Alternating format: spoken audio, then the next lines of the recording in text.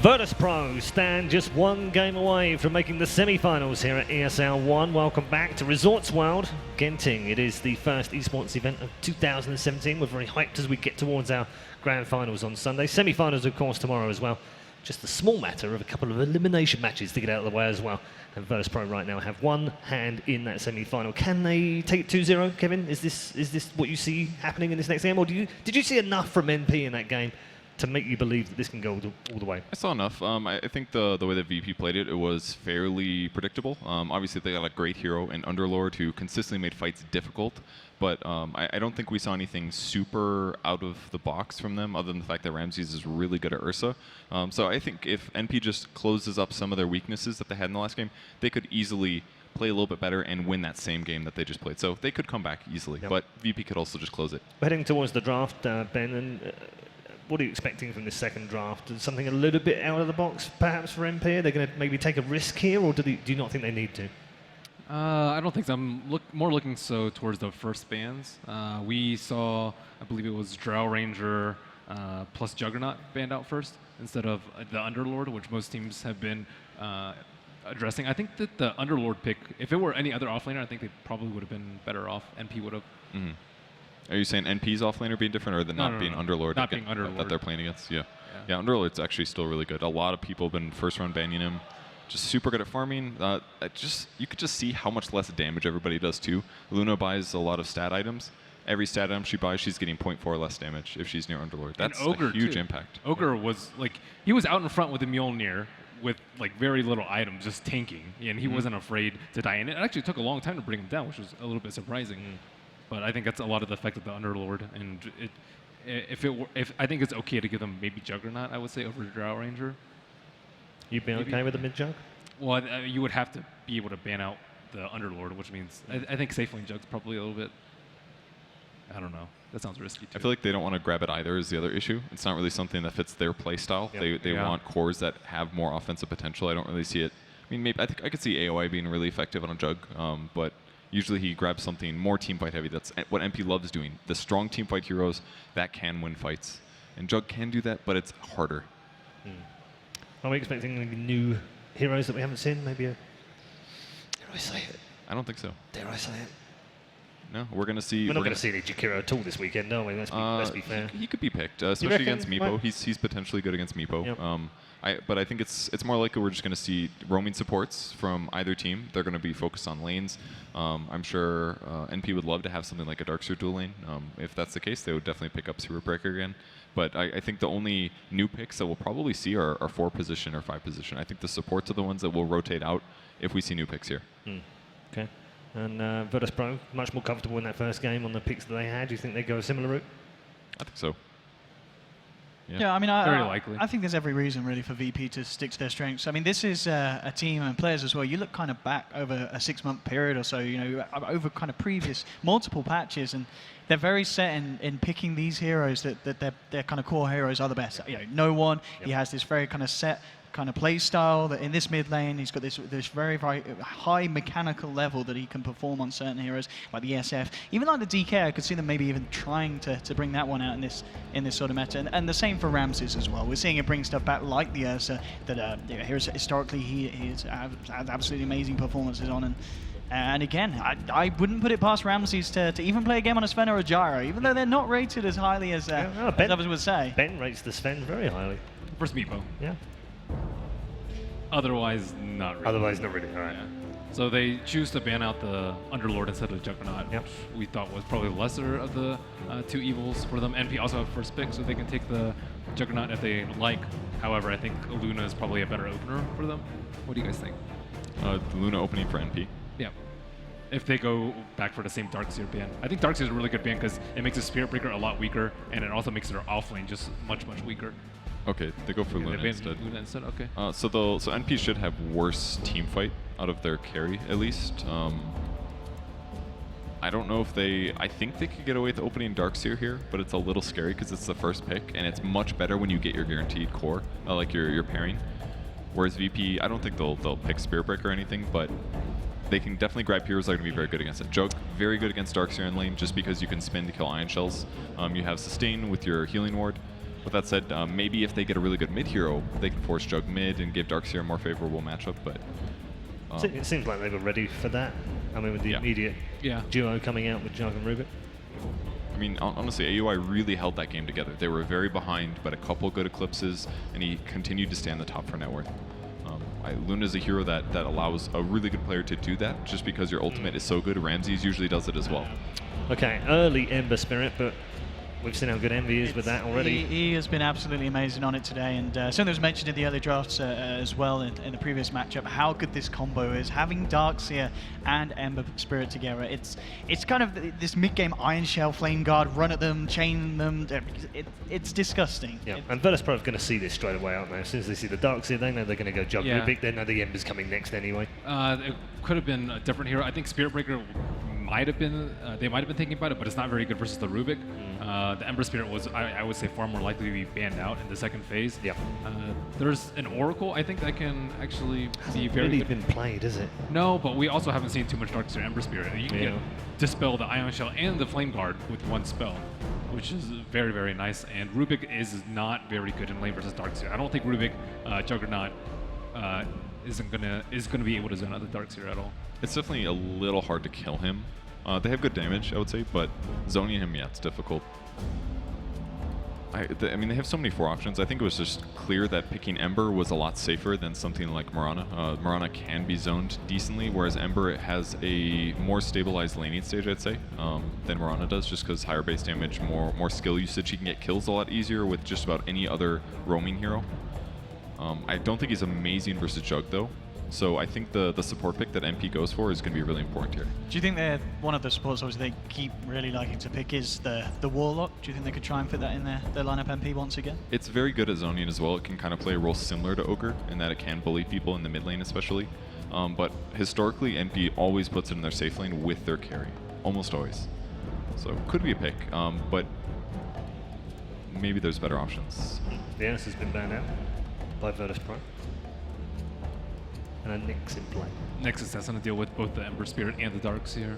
They can even do a 1v1 early game. I haven't seen that in a while. Nyx is rarely skill mana burn early, but in the past it was an option. You always want a way to kill the Ember Spirit when he's split pushing. That phase of the game almost always happens when he gets BOTs and you're grouping up, and Nexus hasn't always poses a constant threat to Ember Spirit unless he doesn't want to farm with Flame Guard, which is also a little bit risky. Especially with the new magic damage build. He almost has to use it. I mean, he could go back and go the other one, but it's a possibility. I mean, Rubik's already resisting his damage. You're so fragile, though. You don't have any armor, nor do you have any HP. Like, the Veil build gives you a lot of armor and HP, which I think are his biggest weaknesses. But I feel like he's pretty good against Jug Rubik. Like, Jug is not a big deal for Ember Spirit. You just use your ulti to jump out of his Omni Slash. Obviously, there's a lot of stuns from Rubik and Nyx, but it's probably better just to do other pick or other aspects of your draft around solving those issues. I think like Nyx is definitely a big threat for Ember for split push. But I feel like if Ember gets a really good start, he could definitely just run over this early game. So NP don't have any of their supports just yet. How do you deal with the Nyx in lane? It takes a lot of damage, right? Witch Doctor could work. CM for mana is an option. I'm not a huge fan of CM versus Jug. I think that's a pretty crap matchup from a support standpoint, but the extra mana can at least offset Nyx's mana burn in some cases. Ooh. I mean, that's one way of kind of dispelling the Flame Guard and helping control the Darkseer with the Tornado. Popular pick, but it's been an unpopular hero. Yeah. In 7.00 and 7.01 so far. Keep in mind they did ban it last game in the last phase, so they clearly do value the hero. It'll be interesting to see if they do go Quaswex to break Flame Guard. It's a possibility. It's definitely a hero that can bully Ember Spirit in the mid lane in a lot of ways, but he also has to be careful. I think Quaswex is really, really good because... Did it get better? I think it's way better relative to Quas Exort than it did before, just because Quas Exort I think is a lot weaker. But also the Orchid later poses a lot of problems to Ember Spirit because they don't build Manta Style or Yules or whatever it may be to get out of the silence anymore. And Orchid's just not that common because you don't see Storm Spirits terribly often nowadays. Even like a Sunstrike build would be really good this game with Nyx and Rubik too, though. He could get away with it. I agree. I think either build. Is this a Darkseer Axe dueling? Or are they going to do a 1v1 with Darkseer and then like a aggro duel, aggro try? This Axe is certainly kind of throwing a spanner into things. I mean, if they do run that as kind of the combo, is this just looking to totally shut down Jug in the early stages? Why are you picking kind of these two aggressive offlaner heroes? Axe can call through Jug's spin TP, I think is the big thing, is that it will be a guaranteed lockdown. And now I think VP has to be a little concerned with the fact that Jug's kind of their only core right now. And if they do go Quaswex, Invoker won't be contributing as much damage as an Exort build, and less farm as well. So if NP now has the tools to actually punish in a lot of ways, and they get ahead, I think NP can run away with the game really easy with their heroes now. It's very greedy, however, for the Crystal Maiden and the Axe. Like, it's like 2 melee in your off lane. I guess VP don't have like a strong support in their safe lane. Rubik's can't really deal with that at all. I mean, they don't have to do Darkseer Axe. Yeah. Or what else would they put the Axe though? Axe safe lane solo, and then see, what would AUI play? The Axe? The Darkseer? Yeah, I guess. I mean, the last weird. pick, it could be Axe +1, Yeah. hypothetically. But I think one thing that I do like about MP's draft is that both Axe and Darkseer can kind of jungle anywhere. So even if the lane's going a little bit iffy, go hit up a medium camp, both of them are good at farming it. They've got to turn into kills after that, so I think the CM rotations are going to be pretty big here, as well as how well Axe does in lane. I think it's going to be big. Because with a CM, you don't have the best hero to offset roaming, for example. So if VP does grab a really good roamer for their last support, or unless it's a Nyx, who knows, but then Ember's going to get pressured a lot in the mid lane. I think that's the one place that NP has to be a little bit worried right now. So as you say, you're looking more for sort of a roaming support rather than a support that's going to be able to stick in lane and help out the Jug against the aggression. I don't know, it's hard. They got to cover Ember mid if there's roaming on him, and they have to make sure that Axe has a good time. Because Axe can be really boom or bust here. Could you see them slipping through like an Omni support to finish it off for VP? I actually like that quite a bit. Although Invoker Tornado can break the ulti, but I could see that being a pretty good solution. I kind of like it. They'd be very weak disable wise though. They'd be almost entirely reliant on Searing Chains for Ember or Blink Call from Axe. So I think it'd be pretty all in on no disable or Axe having a Blink Dagger at a reasonable time. I mean, again though, with could they still look back and just get that Warlock for the team fight, something to combo up with the vacuum? Oh, okay. So this is 4 to the 5 the heroes Yeah. that they picked earlier today. Axe subbed out for Spirit Breaker. Or it's Darkseer. Could be either way. I feel like you give MSS the Axe personally, and have your 4 be the Darkseer, but they could they aggro try as well? I guess Jug spin's pretty strong early game. Yeah, I don't think you want to do aggro. I think you just play greedy with the jungle Axe. Just do. What about aggro lanes here? They're basically forcing Invoker's gonna be mid, obviously. It'll be Jug in the safe lane. Maybe. I think that makes the aggro a lot worse because you have to worry about Sunstrike in your safe lane, which is going to be pretty easy, I think, to set up. With Rubik, problem is who do they want to combo with? I don't really think they have like the best setup right now. Rubik and Nyx 7 are pretty lackluster compared to Darkseer and Axe. Disruptor maybe? Like, I can't really think of that many other supports that offer good teamfight while being able to deal with the Darkseer in lane. Still a Shadow Demon in the game if they want. It's not very good laning, obviously, but well, it could work with Sunstrike, but it's overkill with Rubik. Maybe something more damage heavy. What about kind of a silencer to help out lane the Darkseer? Okay. Or a Slider to completely mix. So what are the lanes looking like here for VP? Could be 4 position. Yeah, Slayer Nyx. 4 is actually Or pretty Slayer good. 4. It's got a high armor, good disable. I think it's okay. It can also catch Ember Spirit. I think it's okay. Okay, all right. Well, thank you very much, gentlemen. We'll come back to the desk after this game one way or another. It'll either be 1-1 or 2-0. Can Virtus.pro close it out? Let's find it out with our commentary team, Capitalist and Gods. Indeed, indeed, Red Eye. It's either going to be 1-1 or 2-0 after this one. NP struggling on their tournament life here. Pick up a last pick Slark alongside this Ember Spirit and Darkseer. A lot of early aggression with those 2 first pickups, and then you're going to be able to have the Slark. A lot of pickup potential there.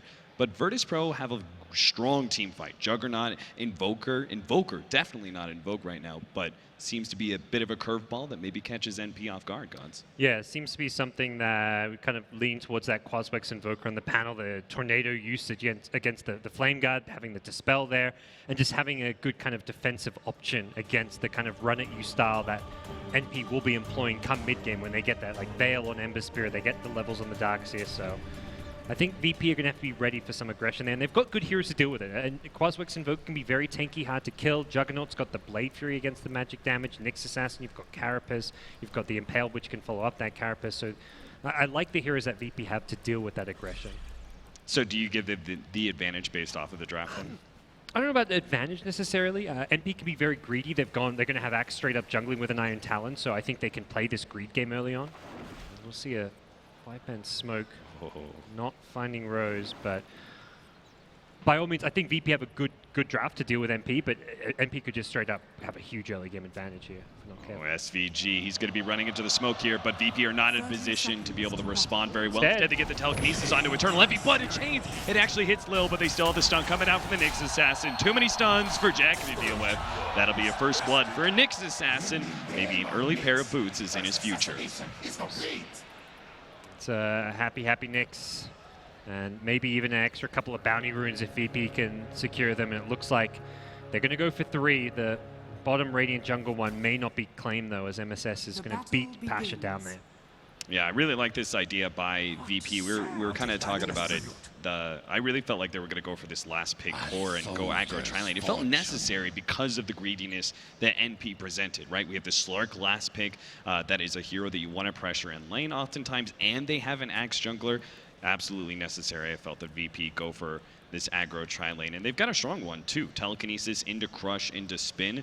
That is not something to mess around with. That instant stun is going to have a little bit hard for AUI to play around with, who can normally rely on Dark Path. And they know the Axe is either jungling or dual laning down bottom with a Darkseer, so they know this top lane is going to be a win for them. They've got a 3v2 setup against the Slark. AUI should not be able to get any farm up here. They probably feel very good about the 1v1 matchup with the Invoker against the Ember Spirit as well, in terms of hero matchup, as well as just no one, his skill, his ability. So all in all, I think VP are going to be very happy winning 2 of the 3 lanes. And bottom lane, they're going to get farm. They're going to get XP. Pasha's in a 1v1. This is not a losing lane for him. I like that how NP, they've just gone full greed. They're not even attempting, like, what's the point of SVG actually being up in there in the top lane? He would just probably be a casualty of war. So instead, he's been jungling alongside Rose, who's been taking the off lane and trying to do a bit of pulling. Eternal Envy takes a bit of damage here from no one, thanks to the Cold Snap and Tornado combination. And he does not have a Tango ready to go, still on cooldown for another 5 seconds. So another opening like that, you could be in trouble, but it's going to be SVG trying to catch out no one. They do manage to get the long-range Searing Chains into the pole, and that'll be no one who's going to be caught instead. He had such a good setup, but a rotation from SVG turns things around. Really, really nicely done. That's such a big kill to get when you're at a laning disadvantage. The lanes are set up such that VP win 2 of the 3 lanes and go close to even in the bottom lane. You've got to get kills. You've got to find some way to negate that laning advantage. Having a jungling Axe who's farming is not enough on its own, so very nicely done by NP to recognize they can get the kill. Then they shrine up and Envy's back mid. And it doesn't really matter that he's now given up that first blood earlier and that he's having a tough time against the Invoker because of that kill. Cool rotation from MSS. He actually pushed out after the minute 30 and went into the jungle. That allowed him to be able to kill a wolf camp as well as get the 2-minute bounty rune inside the Radiant jungle. It's now doing a little bit of creep cutting. Pasha does have, thankfully, the skill set to be able to pick up a lot of CS underneath tower, and he should get a very quick progression into level 6 and Arcane Boots. He's even winning the CS battle against the Darkseer. SVG done for. We talked about how if he kind of shows up in this lane, he's such an easy target to pick up on, and we saw it there with the telekinesis pull into the crush. Surprisingly decent amount of CS on AUI Slark here. He's sitting on 11 CS, and with somewhat close to solo XP, he's already level 3 and a bit, so he's not doing all too bad, all things considered, with this aggressive lane up here. The wrap around, this time it's going to be Eternal Envy, who's potentially caught by a rotation of a support. Solo is able to get there in time thanks to his boots, pulls him back, but Eternal Envy gets the Searing Chains, and the nuke damage just isn't quite enough. In fact, it's going to be no one in some trouble, as the Frostbite does a considerable amount of damage. Both cores of this mid lane are forced back. Long-range Tornado is going to snag Eternal Envy, but he popped the Fairy Fire. He'll be good. Meanwhile, bottom lane is a bit of a mess here. Pasha will manage to hit that stun. That was critical. Will allow him to be able to survive, it seems, with the healing salve going out. Great play from Envy there, making sure he got his salve off. He knew that no one is just lurking around waiting to cancel it, so instead of using the salve and getting it cancelled, he just waits to see the tornado fly and just pops a fairy fire instead, making sure he survives to get the salve off. And this mid lane has kind of been turned around. Envy at least kind of holding his own, getting enough CS out of the lane. Crush, Rose, combo stunned up here. They still have Solo ready to go with the telekinesis too. So much disable, and it will be enough. Crush, a second crush. So that was 4 disables, all ready to go for that axe. A very nice rotation by VP. It seemed like they just did enough to be able to put a little bit of pressure in that top lane and have fully rotated out, leaving the Juggernaut solo against the Slark. And that's pretty easy, right? He's got the spin against Frostbite as well against the Pounce. This should be a lane that Ramses won't die unless Rose can catch him with the Berserker's call on the spin. Ramsey starts making his way out. Rose sets up the trap, managed to get the call, and that'll hold him long enough for the other heroes to beat him down. The Pounce lands, and Ramses goes down. Both teams making aggressive moves in the early game. Very different to what we saw last game where we had these kind of static offlaners who didn't want to make too many moves. This time around, we're seeing aggressive maneuvers from both sides, and it's MP who get the best of the Juggernaut there, take down one of the VP carries, and I think all things considered, NP will be a little bit happy with how this early game is looking. Yeah, I mean, we said that like VP should have been able to win. Like if all things were static, right? Win 2 lanes and go even with the Nyx Assassin. He gets so much value that he doesn't have to win the lane. He just gets value out of being there in a solo situation. It all looks good, but these rotations from NP have certainly messed things up quite a bit. They're both jungling efficiently with the Darkseer axe as well as the Crystal Maiden, and they're still managing to keep up when it comes to kills. Currently, this kill score being 3-2. Yeah, and they've forced VP to make moves, which means that the aggro trialing hasn't really served its purpose to stop the Slark getting farm and XP. Slark's already level 6, has Treads, Pullman Shield, is doing just fine in terms of overall net worth, so doesn't really feel like VP's lanes have accomplished what they planned. Pasha didn't actually pick up his level 6 before he rotated up here to the top lane. It may cost him his life, but it looks like AEY is going to be able to finish him off with the Dark Pact quite easy.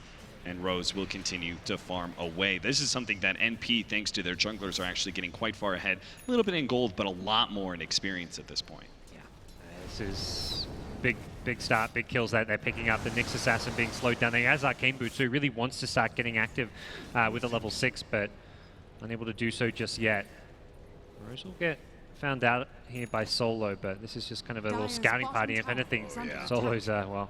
You may be in trouble, AEY. Stops to pick up the Banner Rune, but they are going to be able to slow down Solo. Eternal Envy comes from his mid lane position to make sure that Solo does indeed die. AEY with his level 6, that pickup, the fact that they couldn't ever kill the Slark, and he's now got this level 6 so early on into the game, is going to pay off big dividends for NP. They don't have to worry about this lane, and he can make those kind of rapid rotations with that extra movement speed. Perhaps we'll see VP look to start finding an opening to use something like an Omni Slash here. They have got the Mango on the Jug for that extra burst of mana, but that's going to be perhaps the big ultimate they can look to play around a bit now in terms of pushing towers, taking an objective, or finding a key kill. The counter ward already set up here near the shrine, but I don't think anyone's seen Pasha just yet. I think it's a pretty obvious rotation, though, onto the mid lane. Eternal Envy does seem to be one of the better targets. Slark is going to be a harder hero to gank, but they could still pull it off. A Vendetta, not into a hit, but maybe a straight-up impale is how they could get this kill. AY not going to stick around for that Siege Wagon, though, and that's going to save his life. Yep. Gets out of there in time. He's already got up to 1,200 gold, so see whether it's going to be straight into the Shadow Blade or some kind of other build to maybe just make himself a bit tankier, get some more cost-effective items, but as it stands, he's going to feel a lot safer in this jungle farming, and this is one of the things where he can kind of free up that top lane. Either just ditch it because there's too much pressure up there, or leave it for a support while he takes some more of the farm in the jungle using that Dark Pact to farm. Just, again, it's the efficiency coming out from NP. They're utilizing more of the map. They're the ones taking the jungle. Even Envy in the enemy jungle at this point, looking to make some very aggressive plays. Yeah, and if he actually finds one hero alone, right, the Ember Spirit is easily going to be able to kill that hero. And they can even couple with the Darkseer in the bottom lane to put a lot of pressure with the Ion Shell if he wants to. Ramsey's trying to deal with that Ion Shell. No one's actually going to push out here with an Invis Rune. See if he can catch SVG. Will manage to land the Tornado into an EMP with a Cold Snap, stopping any of the spells from SVG. Makes it pretty easy for no one to find the solo kill. He's got an easy escape as well if he needs to with the Ghost Walk, but AUI not going to even press forward So Envy, see where he goes next. He just took a couple jungle camps, enemy newts, didn't manage to find the bounty rune to refill his bottle, so he's actually being forced back to base a bit here. It does seem like he wants to make a move. The Radiant Observer Ward scouts out this smoke gank at mid. Rose and SVG TP'd in for this one, and that ward saw everything. It should have been reported now. AUI is sitting on top of it with no Shadow Dance up, so it should be very apparent that that Observer Ward is in play. Yeah. This is such a classic rotation, too. Once the Axe picks up the Tranquil Boots and gets his level 6, you don't need to keep jungling away, right? The extra movement speed, as long as you have some sort of setup stun, which is where the smoke and the CM is going to come into play, it's very easy to make Axe rotations to wrap around enemies and pick up kills, speeding up that Blink Dagger even more. But as you said, it's been spotted out, so I'm not sure what they plan on doing.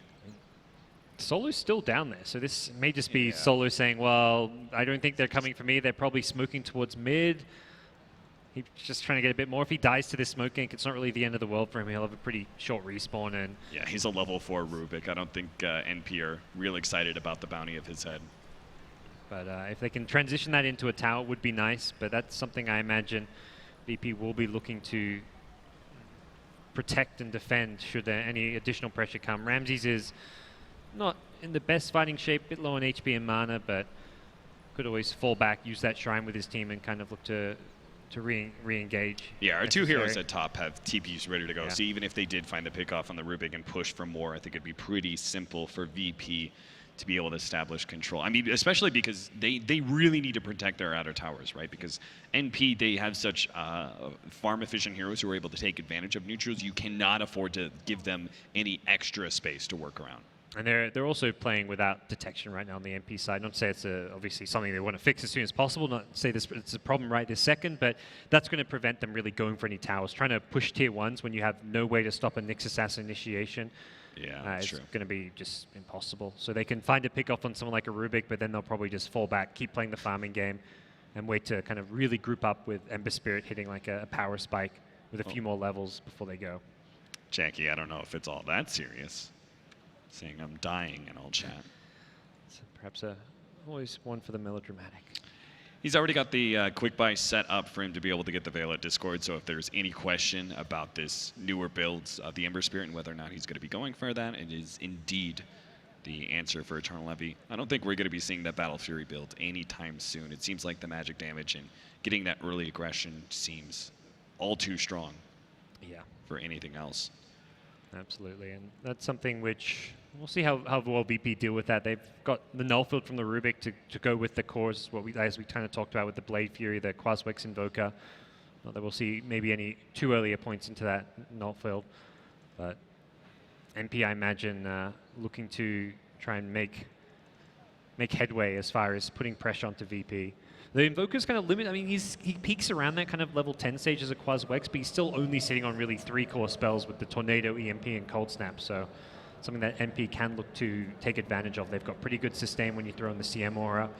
They can look to kind of continue to take fights even after getting a pick-off or two and turn those pick-offs into objectives. So do you think, like, VP, I'm having a hard time looking at this 4-position Slardar and trying to figure out where VP are going to allocate their farm. Are they going to try and continue to play aggressive and actually move Lil around the map, or are they going to park him somewhere and let him progress a little bit towards that Blink Dagger and just play off of farming on the Invoker, farming on the Juggernaut, and then occasionally we'll see Pasha find a pick-off here or there? It's kind of awkward because Lil and Pasha, the Nixon side, they fulfill a similar role. We saw this earlier today, and the two heroes didn't really work well together because of that. I'd like to see them prioritize farm on the Slider just because Pasha has ways to initiate just through the Vendetta if he can kind of play around where the detection might be. Lil's also just currently a bit closer to the Blink Dagger, seeing on 800 gold to the 300 of Pasha. So giving Lil a lane, he also needs to not even level 6. So right now Pasha can be a lot more effective in fighting, defending towers than a level 5 Slider can be. So give Lil a lane, get him to catch up on levels, get his Blink up. And then if Pasha's Blink comes later than the Slider, you're kind of okay with that just because you make sure you at least get one of the two at a decent time. It does feel like a bit of a downside of the Invoker, right? I think it's something about this Invoker who's a little bit more of a farming mid than what we've been seeing from a lot of mids right now. A lot more tempo controllers, a lot more active heroes. Because they have this more farming mid, right? And they have a Juggernaut who usually wants to be at least be able to take some space. They're not able to play super active and punish the fact that NP are able to utilize their neutrals so efficiently. I guess it's not as bad as previous patches because the jungle can only be farmed up every 2 minutes, but it does seem like they want to play a little bit more of a passive farming game right now, but it's also the fact that NP are going to be able to out-farm you still. Yeah, and on the VP side, you've only really got the Jug farming up the jungle. So we saw earlier, Ember's like in the Radiant jungle taking camps, and with that extra 2 minutes on those respawns, it just hits that little bit harder into the coffers. As MP just making more use of the map here. Multiple heroes farming the jungle. They're farming all across the board. It's been a solid Game 2 start for MP. What else we got going on here? MSS. He obviously was quite prominently featured, I think, in today's games for NP. His last game of the Sand King was quite incredible. He's going to be playing this Darkseer, who's gotten himself quite a large amount of farm. He's been matched up early on against the Nyx Assassin, so that wasn't much of a problem. He's going to have a fast mech, and then we're going to see him be able to follow that up into potential Blink Dagger territory. Do you think Blink Dagger is more valuable than, say, going for a little bit more pipe, a little bit more sustain? The Vacuum would set up, the Axe follow-up initiation, and that's kind of it? Yeah, that's mostly... I actually think he's not going for the mech, he's going to be going for the Dominator, it looks like. Oh, yeah, that Helmet Dominator. Yeah. That just seems so strong when you have the Centaur and you put put an Ion Shell on it. Free way to push out the lane and really zero risk. Can combo with the Vacuum as well. But I think going from the Helm to the mech, that'll kind of keep him busy in terms of farm for a little while. It does seem like Helmet Dominator, I think I've seen multiple pros talk about it. It does seem to be like the rather OP item of this patch. Yes. I mean, it's kind of maybe too soon to tell, but based on like the heroes we're seeing by it, it's kind of, I don't know, it's like a support item, it's a carry item, it's an offlane item. It's everyone gets one, yeah. You just get the free split push. It's usually these neutrals have really valuable abilities for early fights. You're getting nothing more spell. Yeah, there's nothing more annoying than like getting caught out because the small satyr is running at you and purging you, and you're just like, all right, what am I supposed to do? It's too tanky for me to kill right away. All right, so both teams are ready, so we'll be getting ourselves back into the game. And we'll see whether or not this smoke will successfully kill Solo. He starts backing himself away as the Ion Shell creep starts marching forward. Now, NP's kind of happy with this one if they actually manage to catch somebody else instead of Solo, but that's just not going to be the case. Juggernaut has retreated deeper into his own jungle, and they're just going to have to take this solo kill. They do manage to surge up Rose, double slow onto Solo. They're actually going to be TPing in for this one, the telekinesis, but the Frostbite into the double Ion Shell creeps is too much damage over time for him to handle. They'll at least get the turnaround. SVG going to be caught by the Cold Snap and Omni Slash. The two cores of NP, though, are going to be pretty happy with that. It was originally a smoke that didn't really feel good. Then they traded supports, but both of these cores got a lot of free time in mid and top. It's one of those VP moments where they're all on the same page, they're making a play and a decision as a team, but they misread the situation, and they think that's NP committing at least 4 or 5 heroes down bottom with that smoke. But it was just a small 3-man gank, get a kill back off, and VP bring all 5 while Ember's farming not just top lane, but also the top jungle, as well as the Slark farming mid. So that was incredibly valuable use of time for NP, getting a kill with 3, having their 2 cores farming, and buying time where VP isn't farming because of the 5-man rotation. Eternal Envy got a bit lucky there, hanging out in the Roshan pit, waiting for that 10-minute rune to spawn, and spawn it did. Double damage for him to pick up and trying to press the bottom lane. He goes ahead and TPs, already has the Ion Shell, is going to be able to get the chains onto Lil, easily burning him down. Ramsey's going to try and turn things around, but I'm pretty sure Envy is not too scared of this. He's got more backup coming in, but then again, so does Ramsey's. No one almost landing the tornado. The Cold Snap might just be enough. Eternal Envy almost dies, 40 HP. It's all that separates him from the grave. Pasha's pushing forward and may still look for a potential spike carapace initiation off these Ion Shells, but NP not going to stick around to be exposed to that Vendetta. Yeah, just not landing those tornadoes. No one's yet to find himself really getting into this game. He had a rough time in the mid lane too. Did you watch? He just routinely missed Eternal Envy with the Ember Spirit tornadoes. He was missing EMPs onto the Slark as well, so perhaps showing just some discomfort on the Invoker. Not a hero we've really seen him play all that much. The Quaswex Invoker also not really the common variety that most mid players are perhaps is used to. Both of these heroes, AUI's Slark as well as Rose's Axe, are quite close to their initiating items, but AUI's a step closer. He's going to be able to finish up his Shadow Blade off of the neutrals being given to him by Rose. Rose is not too far away, though. 500 gold for his Blink Dagger. NP could really start turning things up. Yeah, they're going to make headway down this bottom lane. They kind of realize how low this tower is and how they can kind of take control of this easy access into the Radiant jungle, but not without a response. VP kind of see what's going to be happening at bottom lane and want to trade for mid. AUI is going to ignore Ramses, goes straight for the heart of this team. No one's going to be targeted. That's a tornado used, and AUI, his initiation stalled up, does manage to go on a solo here. The Dark Pack should be enough to be able to get that support kill, but they've already lost their Axe. Now the Omni Slash goes on SVG. That's another support down, and VP looking comfortable on their other 4 heroes. Quite tanky, good to be able to finish off this tier 1 tower. Yeah, a bit unfortunate for AUI, just the tornado hitting him as well as he wanted to go in. Takes the free Rubik kill in the end, but being unable to go on a key hero like an Invoker makes it a good trade for VP, getting a tier 1 tower as well as a decent pick-off. One of the big things is that I've been kind of watching, following Eternal Envy's net worth, and he just hasn't really managed to get that progression into the Veil of Discord that we were really hoping.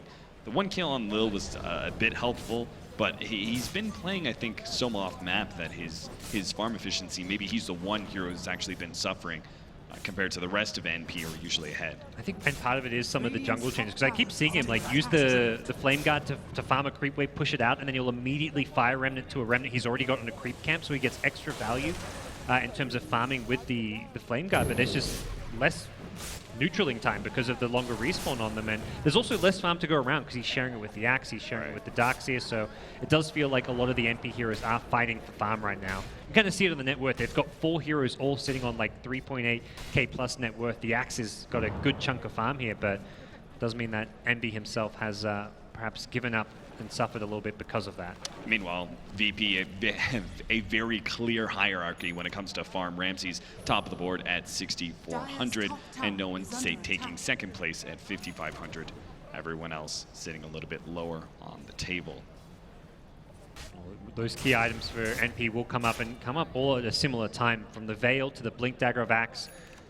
We've seen the Shadow Blade already of the Slark, but this kind of is a nice little timing window for them where suddenly their entire lineups hit this peak. Go run to that side shop right now and pick up that Blink Dagger. You need it before this fight happens because the initiation is coming. AUI, he's going to immediately go for solo.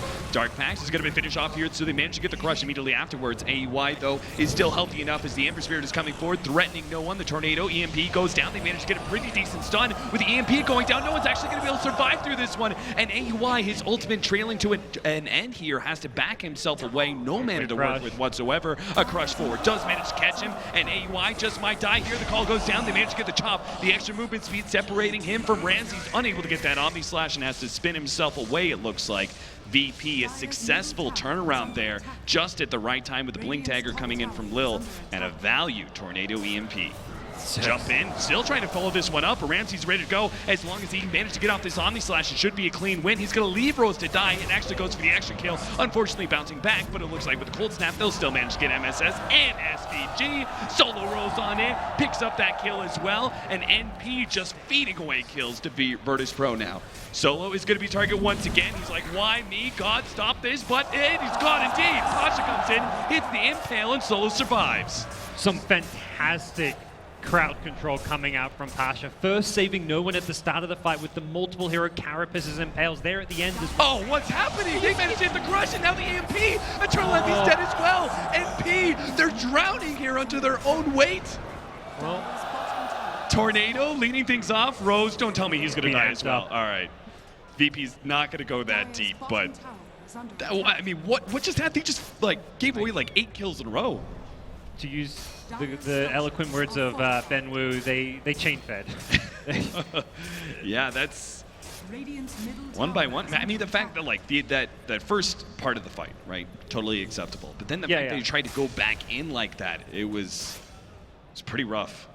And I think it was just very much like they felt that was their moment. They just hit all these item timings together. They made a really nice play surging the center in to snipe the healing ward, so they thought they could just keep on chasing. But Jug kind of holding the Omni Slash till the end there and getting off a decent enough Omni Slash. It kind of bounced back and wasn't even all that great, but it was enough to just get the Darkseer. They killed the Axe early on in the fight as well. And And if you can't actually use those items successfully, you're going to see VP just destroy you in net worth now, because they've got hand of Midas on both Pasha as well as No One, and No One already has his progression into the next item, the Yule Scepter. So you were supposed to be able to abuse these heroes when they didn't have like an actual fighting item, and they had these farming Midases, and you had your big ticket initiations, but that very quickly went south, and VP, it won't be too long until they get some of their fighting items, which are more focused towards the mid game anyway.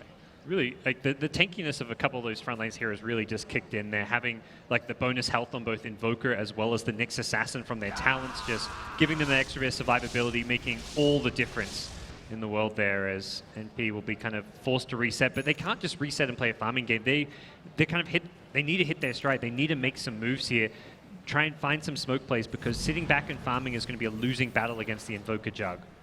Counter ward is laid out here, and they will manage to get the call. Nice read there by Rose. Managed to successfully read where Pasha was, but maybe that initiation was not a bright idea. They're going to be able to hit this Impale. EMP goes down. Eternal Envy, fresh out of mana. The Omni Slash on the right-hand side, unsuccessful. They do manage to get a lot of damage in the AoE, and VP, they're actually getting melted by this one. SVG with a beautiful freezing field will back this one up. That fight should have been so much worse for VP. They still manage to recover this one, though. They're going to be able to pick up the extra kill. SVG just can't get out of here. Ramses has the spin coming up in a second. They have the purge creep as well. SVG's not getting out of here alive. It's only AUI who will survive through that one. That felt like it should have been just a clean wipe there by VP, but small turnaround plays by the Crystal Maiden. Small turnaround plays. VP showing that coordination and just perfect chain stun. It looked like Nyx he had the opportunity to go for the 2-hero Impale, but he waited. He was so patient, waited for the Tornado EMP to hit, then throws the Impale afterwards, and they even make sure they secure the tower there at the end. VP just playing better as a team right now, just coordinating all their spells, and they've got the kind of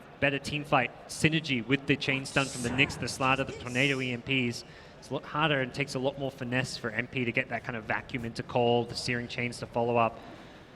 They are still kind of holding their own. They showed promise there, what Envy can do with the Veil, and he's going to have a Blade Mail. Uh-oh, Crush hits Eternal Envy. He doesn't have a jump out of this one, not in time. Already burned out of mana. He pops the wand, though, and that will be his saving grace. Every now and then you think Envy's done something a bit silly, and then he shows he knows what he's doing. Yeah. It's a close one. They have the Manta now on Ramses. These initiations are just going to get tougher and tougher. You've got Yule Scepter on No One, Manta on Juggernaut. Those two cores are going to be quite hard to find a successful initiation and burst them down. VP might be able to kind of, they're telegraphing NP right now. They have the Radiant Observer on the high ground by that tier 2 bottom tower, so there's a good chance they see this smoke coming. They saw SVG holding on to it. They saw 2 or 3 heroes grouping up, and yeah, they are ready for this. Oh, they still managed to get the call onto Lil, but Pasha's set up. He's trying to get somehow a Spike Carapace hit onto the spin, but it just doesn't happen, so he misses the stun. They are going to be able to catch SVG, though, and it looks like maybe a little bit more. Solo catches him right as Surge goes out from MSS. Cold Snap going to hold him in place for a little bit longer. Lil in place. Rose unable to get the call. Eternal Envy on the left-hand side is trying to get some of the backlines with the call, but he's already been turned around on. AUI is trying to help him out, focus on Ramses, but Ramses just way too big. He's just going to right-click Eternal Envy down as he's out of mana once again, and the crush comes out from Lil, catching the extra hill.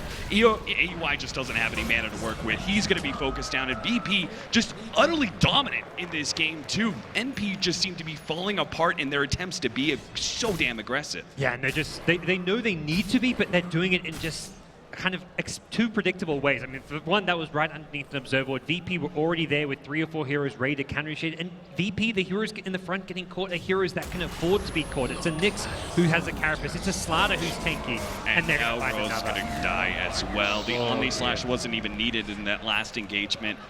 Lil poking his head out is looking for a little bit more. They may still go for a dive, and it looks like they want it. SVG, he's going to be caught here. The crush goes down, and SVG gets torn apart with an amplified damage. Now with the Spike Carapace, they actually managed to hit MSS. Follow-up Tornado into the stun. It just gets better and better for VP. And now Eternal Envy, he actually completes the TP into this one. Hopefully he's got a game plan, bounces back to the Spirit, and he will be good. Solo is going to be target of AUI Shadowblade, though. This looks like the free pickoff for NP. VP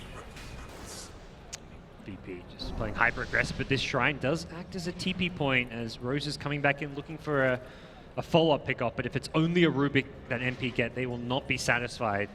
Certainly not. These two cores that are, were the big leaders in net worth when it comes to the Juggernaut and the Invoker. They've gotten so much farther ahead of anybody else in this game. An early gem pickup for the Rubik, really looking to take control of the map, deny vision, as well as have a way of dealing with AUI Shadowblade initiation. And really right now it's that dire vision which has taken over the Radiant jungle in this bottom side of the map where a lot of the action is happening. So this will act as a useful de-warding tool for them. Eternal Enemy's still working on that same blade mail that he's been trying to get for probably the last 6 to 8 minutes. Really has been a tale of 2 games in a row where VP are able to just shut him down. Game 1, it was the dual lane with the Ogre, the 2v1. They banned it out thinking that would solve things, but then VP just, they get a hero advantage. Like the Invoker versus an Ember, there's not a whole lot Ember can really do in that matchup. He had some ganks, some help from a Crystal Maiden, but even that in itself wasn't enough. And it does kind of feel like it was just that one bottom lane engagement, right, where NP were supposed to be so strong and able to take advantage of Virtus.pro's farming items, and it just didn't happen. Instead, they're the ones who end up dying. It could have been, like, it was one of those fights where if they managed to just burst down that Invoker just that little bit faster, if the Nyx just was a couple seconds later to get in there to counter-initiate, it would have been a fight that they won, but VP just seemed to always be one step ahead and ready for NP to run at them. We're going to have a third minus, Lil, on his Slardar. Slardar's kind of a hard hero to keep that constant progression in net worth. He is going to be caught, though. Rose managed to get him with the call unsuccessfully. Throwing out that Culling Blade. Sunstrike and a jump away. There goes that Rubik showing off with the stolen fire remnants from earlier. Nice little plays, but NP, yeah, they'll guarantee themselves the top tier 1 tower now with the pick off there, but ultimately VP poised to take a tier 2 themselves in this mid lane. It's such a high level on the Invoker that he's got these Forge Spirits out. The Aghanim Scepter complete, so he's got that extra bit of power despite only being level 17. I say only level 17, but man, it's 23 minutes in. That guy has had such a good experience, net worth progression. AUI. The call goes out. Pasha's going to be the target here. They're trying to pop this Nyx Assassin. The EMP is covering some of the trails. Ramses does manage to kill at least the Ember Spirit, and a lot of these heroes are out of mana, so NP, they're running out of firepower. MSS is potentially going to go down. His solo jumps forward with the Flame Spears. Can't quite get it. AUI is going to be able to block him down with the pounce, but ultimately, AUI still has to run himself away. Gets bashed up, and he dies just like that. NP. MSS may have escaped, but the rest of the chorus did not. Once again, Virtus.pro dominating a team fight and taking trade-offs that are well worth it. Man, this Jug Invoker are just out of control at this point. Their level advantage, their farm advantage is just getting too much to deal with. An Ag Scepter on no one's Invoker. Juggernaut not just having the Manta, but a Diffusal now as well. He managed to get in there just in time to pick up the gem and then just takes the fight to NP. Decisive stuff coming out from VP. They are not afraid to take fights. That was with kind of 4v5 initiation, and they easily handle NP. Yeah, that is, I think, one of the big characteristics of Virtus.pro is that they move forward with confidence at all times. Well, they can confidently take that bottom tier 2 tower. Still 1 remaining before they can deal with these shrines, but imagine they may be eyeing off something like Roshan first anyways. They have got to get some counter vision down. All these aggressive wards from Virtus.pro are going to make things very difficult. In fact, even right now, they're spotting out this AY Slark who's farming away Ancients. Don't think they could really do too much. Well, maybe. They've got a double damage. They're going to try to lead things off with the NPL. Surprise with the Meteor and the Sunstrike. What a beautiful combination by VP. Wow. Oh, that is insane. That is just some ridiculous plays coming out from those two. Getting that Chaos Meteor combo from that angle, and that'll get them an easy Roshan. They can clean up that top tier 2 tower if they want. They may even be considering a high ground play very soon. They've got a great lineup to actually break high ground with. The Jug who can safely hit buildings through Blade Fury. The Invoker with the Forge Spirits, the Alacrity. He's already gone into a heavy Exort build now that he's level 19 already. He's going to soon hit level 20. Get another talent coming into play at this stage of the game. The Jug, same thing. He's going to hit a level 20 talent very soon as well. This is where having a level advantage just gets incredibly snowbally. Yeah, they've still got that 1 tier 2 at the top lane. Another misstep by NP, and they're going to start losing their shrines. All semblance of map control goes out the window. This net worth and experience graph is going to look real good for VP. 15,000 net worth lead. They're going to be able to make the jump onto a Crystal Maiden. That's going to be quite the easy kill. That's VP again. They're reading NP. They know that, okay, we're showing heroes mid. NP thinks we're pushing up mid or top. They're going to do that classic NP play. Come and split push the bottom lane, farm our jungle. Let's hunt them there. Unfortunately, it only nets them Crystal Maiden. If they'd gone like a bit further, they may have found someone like a Darkseer, which could have earned them something like a tier 3 tower. But even so, they get the kill. They maintain some good lane equilibrium. They have everything pushing out. And they're the ones putting NP under a tremendous amount of stress right now.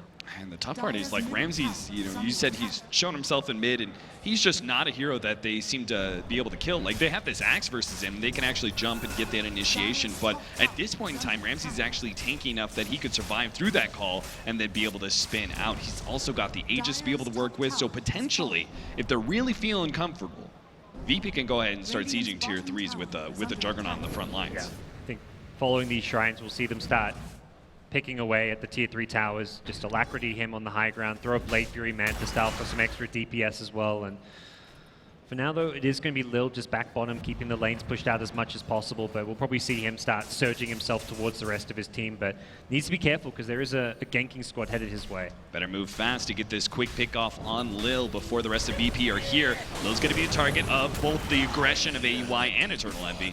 They'll manage to pick that one up. They'll still lose their extra shrine, though. Not much they can do to stop that one. And we'll get MSS's Blink Dagger. So high ground potential for NP is going to be all about this Blink vacuum into a call and potential freezing field, I guess, with a little bit of AoE there. Throw like a triple Fire Remnant on top with a Veil. That's kind of the hope. Get even a blink, or maybe you blink in for a Searing Chains is going to be the other option if you don't want to kind of throw away your life for the kills. Entire scan. Just like, are they coming for me? Is someone in? Is there a Nyx on me? He learns that there is not. Blink Dagger, Yule Scepter, and a gem on Nyx Assassin. Yeah, he's gone full anti-Ember Spirit with his itemization. Another way to purge off that Flame Guard in the front lines as well. But Envy will poke himself out to kill away. But if VP want, they can try and force this high ground here. High ground ward gets planted, and that's something NP haven't been able to deal with just yet. Man, he's almost got a Scotty on Ramsey. He's got the double ultimate orb, so he is super tanky. He's got a heavy amount of damage thanks in part to the big Alacrity levels coming out from no one, so this tier 3 tower is just going to drop so quickly. Lil pokes his head out, misses the initiation, is going to be turned around on, but Rose unable to find an initiation as the Tornado EMP burns him out. Ramsey's in hugely deep, but is it going to be punished by it? NP just do not have the control with Rose dead, so they're going to focus on the melee racks to manage to get the jump in the vacuum, but now a meteor, NP, you traveled into a trap of your own. NP, they're trying to fight this one out with AUI in the front lines with the BKB. He's already killed one hero, but can he finish off Ramsey's Aegis and go again? They've kept the melee racks alive, but it looks like VP is more than healthy enough to be able to continue to fight. With the Force Spirits and a little bit of Alacrity health, they should be able to finish this one up. Eternal Levy daring VP try and go on him as he jumps himself back with the Fire Spirits, but they've already lost their mid lane of Rax before the 30-minute marker. Terrible sign for NP in this game too. Yeah, they do the best they can to break the Aegis and get a couple of kills there with a pretty good combo, but really that's kind of feels like the best case scenario for them. It means there won't be an Aegis and will prevent VP going for a second lane, but ultimately they find themselves down a lane of Rax still, and they just don't have enough damage. They can't really use those Fire Remnants aggressively. We see how annoying Envy can be there because he just blinks in with the Searing Chains to follow up the Axe Blink Call, but he can't aggressively triple Fire Remnant forward because that's just him throwing away his life. And as a result, VP, they've got enough sustain between the mech. They've got maxed out Null Field now as well. They've got too many options as far as catching and pick off that. For Envy to fight, it's going to be entirely hit and run. Yeah, that is something about this newer Ember Spirit, right, is that he's much more early game focused and does not have the same kind of mid game or late game strength. So we're going to be looking towards the initiation factor that we talked about earlier with the Blink Dagger, and we're going to have to look for AUI to somehow carry this game out when it comes to damage for NP. But it's looking worse and worse as bigger ticket items come in for VP. They've almost got an Octarine for no one. He's just about 700 gold away. The Scotty is complete for Ramses, so he can easily frontline without that Aegis needed. And if they actually get a pick off here, they're wrapping around behind NP up here in this top lane, but NP are trying to play it safe. They're pushing out the wave and then hiding into the trees, ready to make their retreat when necessary. See, Envy. Maybe, just maybe, Solo can pick him up. Not quite there. You kind of see where VP are prioritizing, going for the mech over saying if there's a blink there, you can get something like that catch, but they realize they don't have to get pickoffs to achieve their goal, which is just going to be taking down these lanes of racks. It's more important to have the sustain such that the Ember Spirit doesn't burst them down with the Veil. So having the mech achieves the VP game plan overall much better than having some extra pickoff. You get that catch from the Nyx and from the Slaughter, so missing like a maybe one potential kill in the Ember Spirit is something you can kind of forgo here, as VP put themselves in a great position to take game number 2. Yeah, they seem to be in pretty high spirits from that camera shot, so, and I would be too, right? If I was in VP's position, I've already taken game 1. That was the tough game. This game 2 seems very clearly a gigantic lead for Virtus.pro. And they've been real solid. I don't feel like the CIS team has ever really dropped the ball when it comes to controlling a game. When they get a lead like this, they don't really throw it away. This is, yeah, very different VP to past editions. They've got a lot more discipline they have in the past. It's not a team you see losing games when they pick up these early game leads, and they're just very good about playing around Roshan, playing around their timings, and always having the entire team on the same page. There's been some squads where like there's been 1 or 2 players who want to go in and get aggressive, while the others will not really all be on board. And this VP squad makes decisions as a unit. We're seeing it here. We saw it in game 1, and VP with a Crimson Guard on Slaughter. He's going to have another Helm of the Dominate for the team soon as well. They've got the Octarine and Invoker. The items just keep rolling in. They've got 4 heroes sitting on above 10k net worth. Just the Slark on the NP side in that category. It seems like NP, it may not be the wisest scenario fighting into VP at this point in time, but you also can't just let them sit back and siege either the next tier 3 tower or even wait for the next Roshan. NP are going to have to come out and find an initiation for themselves. They hope to be able to set VP on the back foot. I feel like you can't even just let them take this rack here. VP are just going to go for it without Aegis. They feel confident enough with the 2.6k HP Jug. He's going for this +8 all stats Talon and has a Skadi, so he's got a huge amount of survivability. Ramsey's keeping his distance from Eternal Envy for now. Gets chained up, does manage to purge up Eternal Envy. He jumps backwards. AUI surges forward with the BKB trying to pounce onto Ramsey's, but he just goes ahead and spins, walks away with the BKB now on cooldown. Virtus.pro can tread back into the enemy base. Melee Rax is so low. Yeah, they miss a lot of spells now. BKB goes on cooldown. AUI gets a couple of hits in, just trying to stack up those stats, but I'm pretty sure NP realize that this is just not going to be a lane that they can save anymore. They're going to have to find a better initiation a little bit later on. The vacuum catches too, they manage to get the call, but already the pushback there of the Invoker, now the Ice Wall on top of that. They manage to get a beautiful counter initiation by Lil onto 2. NP are trying to fight this one out, at least get a kill onto Lil, and they will be able to get that much for the rest of VP. Double beyond Godlikes, then they're looking for even more, pushing deeper. AUI's managed to pop off his ultimate. Pasha misses his stun, targeted by Eternal Envy. He managed to get himself away. AUI's dead. Eternal Envy dropped as well. Triple kill beyond Godlike for Ramses, and no one, he'll go ahead and pick up SVG2 with a triple beyond Godlike of his own. Who gets the quad kill? MSS dies. AUI left for dinner. Ultra kill beyond Godlike for no one. You see exactly why so many teams feared VP. This game 2 looked crisp and clean execution by them. This is the VP of a month ago. This is the VP that everyone feared going into the Boston Major. This is a VP that is a world-class Tier 1 team. They played some flawless Dota here. This is truly a team to be worried if you're coming up against in the next rounds. Oh, absolutely. Virtus.pro, they just look a step ahead of Team NP, at least in this game 2. So that'll be 2-0. VP can now start thinking about the final day. Gods, what do you think their chances are going into the final day? Because maybe earlier in the group stage, we're like, oh, okay, maybe they're not the strongest team here, but this kind of performance, right? It seems like they're ramping up. I think this kind of performance is what's going to give them a lot of momentum going forward. The matchup against DC in the semifinals will be very tightly contested, and this is a momentum team. They can go from one win to the next. They just need that confidence, and they can beat anyone, and that's what we're seeing here from VP. What does this series mean for Virtus.pro? Are they going to be able to do well in the final day? That's something our analysts will have to think about as we head into a break.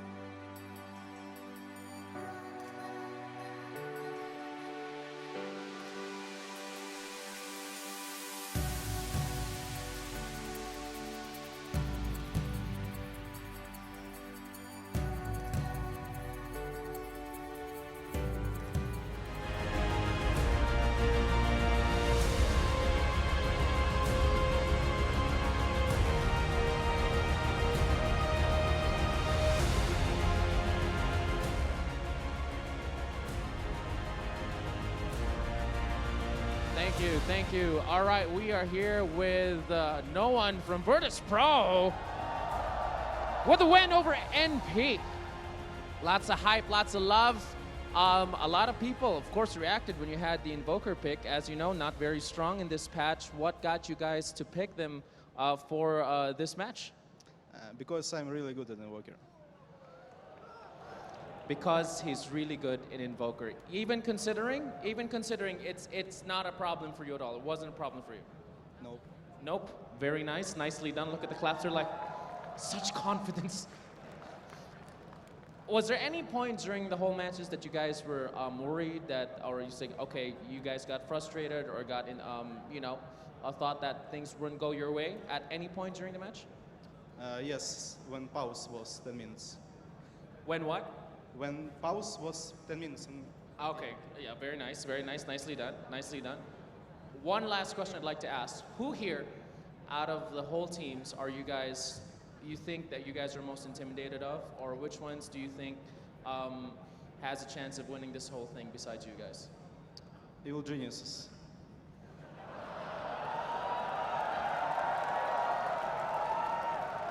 Make some noise for no one from Virtus.pro. All right, guys, you guys have been troopers. We have our final game for the night. We have Wings versus Execration. We'll see you guys in just a bit. Okay, plenty to get through before that, and yeah, great game from Virtus.pro. We're back at the desk once more, and we'll start with Owen. Fantastic performance from Virtus.pro. In really particular, No One and Rams is just absolutely destroying MP. I mean, this is just kind of, again, the pre-Boston Major VP that Yep. we all expected in that run-up. It just star performances across the board. As we just heard from that No One on this Invoker, a hero. A lot of people have been slain. Garbage hero. It's one of those heroes that it seems every kind of time it's nerfed, everyone's like, oh, it's awful. And then there's a pro game where someone just comes out and shows us how strong it can be in certain situations. Yeah, somewhere around the world, I don't know where he is right now, but Black is going,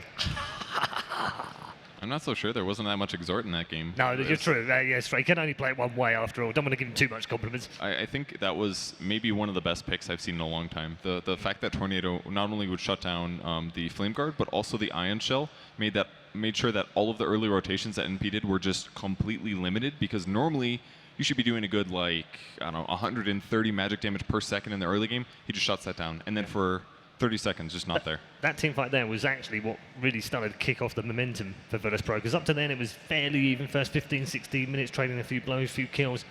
But once they got their momentum, they were almost unstoppable. Yeah, it was, I mean, NP's heroes just weren't that amazing against what VP had. They needed to do well around the 10-minute mark, and it just got super shut down. No one just used every single one of his spells perfectly. Envy was consistently having trouble doing damage. And before you're like level 16 on Ember, you're almost entirely reliant on Searing Chains and the Flame Guard. And if you don't have those, there's not much going on. Ben, this looked like a completely different Virtus.pro today from the one we saw yesterday. I think they were way more prepared for this draft. They picked 4 of the same 5 heroes that they picked earlier today, had a lot of time to study, and theorycraft counters. Any sort of dispel is really good versus the Ember Darkseer. They were really relying on that for damage, because Slark doesn't really do that much until the later phase of the game. I also think the Nyx picks worked out really well, because what are you going to do, not cast Ion Shell? That's Darkseer? Then you won't have any damage, and he was forced to, but he just constantly got stunned. Yeah. Probably the best Nyx play we've seen so far over the last 2 days. It was really nice. It was just really nice how he played with the team as well. And the fact that this was a Nyx that Pasha a lot of the time, he was waiting for MP to go on them. You constantly kind of saw him just staying underneath the cover of Vendetta, waiting for Envy to jump forward, get himself out of position, then instantly punish that, and then just the synergy between him, the stun where he's hitting kind of 2-3 heroes each and every time, allowing no one to hit the EMP and such, and suddenly make it so Envy just doesn't have the mana to jump around like we've seen him do in other games on the Ember Spirit. Yeah, they were so busy in that game that the top of the screen just got lost in amongst words of godlike and beyond. Yeah, towards the end especially. Ultra kills as well, yeah. And they couldn't even take those back. Like, it was so difficult for them to get kills just because of Iron Shell going away and the heroes they had. I mean, the axe pick that they had was kind of interesting. It worked in a couple situations, but I mean, once the Blink Dagger finally came out, it still wasn't really enough damage. And just a couple big fights, and VP runs away with it really easily. I think the opener is really important, though. Like Darkseer Ember Spirit, it showed that it can be easily countered. There are other heroes that dispel. Invokers seem to be the best one in this case, but the Juggernaut and the Rubik, there's still no answer for a Rubik first pick. You can put it in any lane. He fits well into any lineup, and the like all his skills are always useful. Yeah. So Juggernaut, I think, is also very similar in that way. Like Slark is a good matchup versus him, but Juggernaut still shined in that game, and you can also lane him, I think, in all 3 lanes. Yeah, it's a very interesting match and series overall. Where does it leave Team MP? They're obviously out of this tournament now, but long year ahead, and we're only 7 days in. It's very early days in the patch. They're not going to worry too much, Kevin, are they? I mean, they got to worry about their Kiev invite, certainly, and it may force them to go through a regional qualifier or something like that. You know, who knows? Maybe they'll make the cut. We don't know how the invites will work, Yep. but losing like they did was not really the best place to be. If they actually did beat VP in a best of 3, I think that would do a lot for their invite potential. But the only other team they convincingly beat was Fnatic. Yep. And fresh roster, not going to mean a whole lot. So I think they have a lot of potential, though. They just need to solidify a bit more. I don't know if it's drafting, I don't know if it's playstyle, but I think sometimes their drafts are a little off, and it hurts their laning. But they're going to grow, presumably, Ben, along with the meta as it changes as well, and that might benefit them at some point. There's a long way to go before we talk about Kiev, isn't it? Yeah, let's hope so. I think they also just used a lot of elements from prior 7.00, like the Mirana, I think, is one that they've had a lot of success with, but it still hasn't seemed like they've transitioned into the new era. Okay, final thoughts, Mr. OD Pixel? Kind of just going on from what Kevin said, I think play-wise, we have seen that MV, he stepped up to his performance. He gave us a fantastic series earlier, and I really feel on this game, they can't really feel too beat up about it. It was just the fact that VP said, we can still play Invoker, and I don't think MP would be expecting it, at least to do as well as it did against them. As it just destroyed everything that they tried to do with this Magic Ember build, so I think, yeah, MP, they're going to be fine. They're going to be able to look back on what they've done here, and they're going to be able to learn a lot. Yeah, absolutely. It is a learning experience after all. All 3 gentlemen we'll hear from after the break, of course, but we are moving towards our final match of the night. Before we get there, though, time to check in with a team who have had a day off today. They are, of course, looking forward to their semi-final. Let's find out how they prepared today with Sir Action Slacks. Semifinals can be scary, terrifying experiences. DC is about to go into a semifinal. Are you afraid, sir? No. He's terrified, you can tell. But I'm gonna harden you guys up by taking you through the scariest thing this place has to offer. We're going into the werewolf house, boy. By the time we're out, we're all gonna be brave, brave men. Let's go inside. Here we go. Up the clickety-clack, up the old decrepit elevator to the haunted house. All right, squad, here we go. In a tight DC formation. I'm gonna have it in my... No, don't kick the doors. All right, we're going in. All right, here we go. No, you have to go in. You have to go in. Don't die. Inside these walls will touch you, so you should touch no one. Oh. Any questions? We should. Oh shit. All right. Oh, alright, that's your head. What the fuck? Oh shit! Fucking guys, oh my god, there's a person there too. I close your eyes. Just leave it. No. There you go. Go before me. Oh, hold on. Oh, wait. Look, it's on me. Go before me.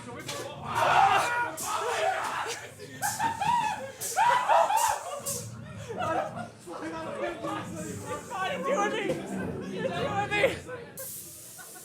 Oh! It's fine.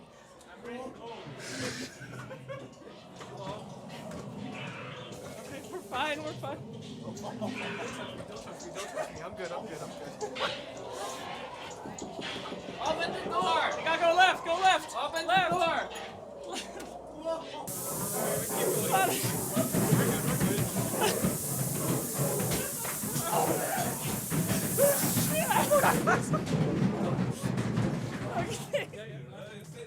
Oh, fuck. Let us here to work, guys. We came with peace. We came with peace.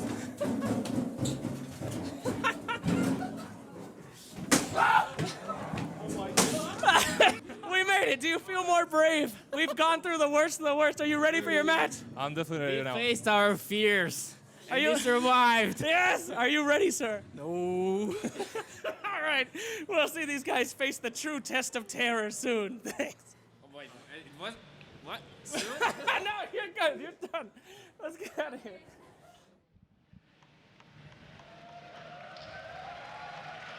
Unbelievable. I've always thought of Blitz as a man who couldn't be afraid of much. Oh, no, no. And actually, What? he's looked terrified in He's there. been very upfront about being scared about things. Really? He even says he doesn't play Dota with sound because the sounds scare him sometimes.